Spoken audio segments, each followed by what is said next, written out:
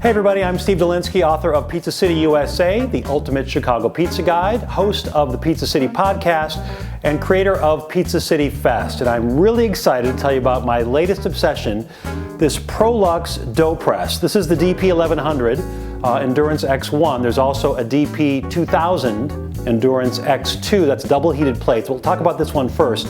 This is a total game changer. No more sheeting dough, having to roll out dough. This makes Tavern style pizza in about 10 seconds. You top it, you bake it. There is no curing in the refrigerator. There is no long-term storage. This makes Tavern style pizza approachable to everybody.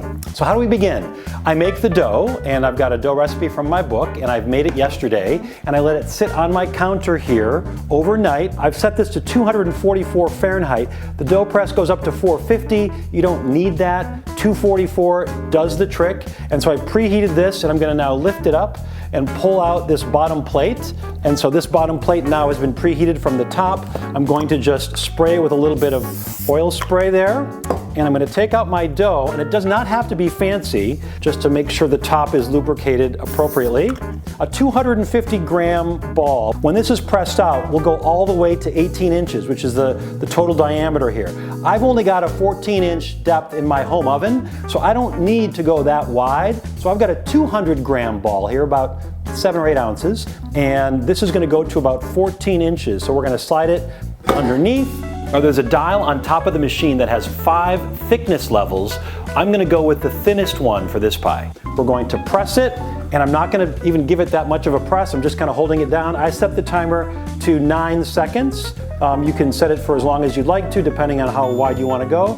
There's the beep.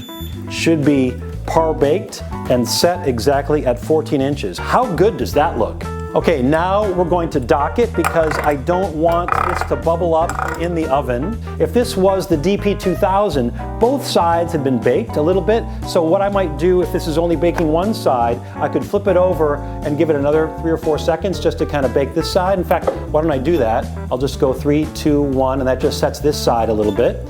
And it's good to go at this point. I like to have a little bit of coarse cornmeal down on my peel first. That's kind of a bit of a lubricant. It also embeds itself into the undercarriage a little bit. And I'm going to start with my sauce.